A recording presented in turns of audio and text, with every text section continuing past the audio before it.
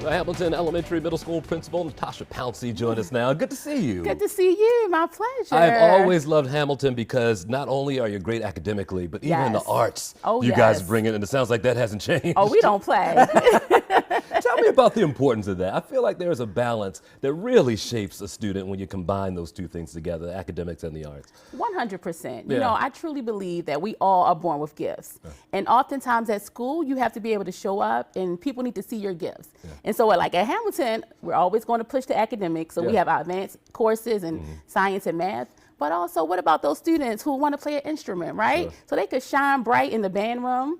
On top of that, though, we also have a full outdoor garden, and we also have coursework where the students can learn more about going outside. And so for us, it's just important that whether you want to join the band, whether you want to play an instrument, whether you want to be a mathematician, or maybe you just want to go play in the garden, it all matters, and we need to be able to see the full student. Listening to you now, then hearing you do the morning announcements earlier, there's a certain excitement that I get from you. Does that transfer to students, and is that on purpose?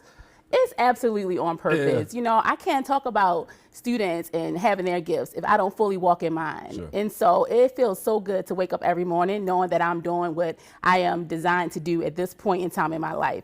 And so all the energy that I feel it's authentic, right? We all do our best when we can show up authentically as we are. And so when I come into that schoolhouse and I see my hawks running around the building and I see my teachers showing up on time there to teach, of course I got to bring that same energy for them. When did you know? When did you know that this was the path for you? Where a little girl just decided there was a teacher that influenced you? Well, that's a very interesting story. So I always have been big on education.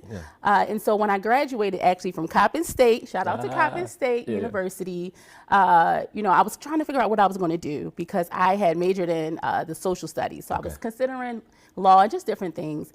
And then unfortunately, a few weeks after that, my cousin, he was murdered in the streets of Baltimore. And one of the last times I was with him was at my college graduation. And I just thought about his life and the trajectory and my life and the different paths that we took. And I knew that I wanted to be able to give back to a city that has taken so much. And so I wanted to be part of the people who were helping to solve some of these issues. And so I went back to my roots of loving education, and then that's history. In 2006, I started teaching in special education, and from there on, I went on to be a special educator, IEP chair, assistant principal, and then principal. Just kept going, kept going. I have about 30 seconds left. Tell me, when you go home, how do you know it was a successful day?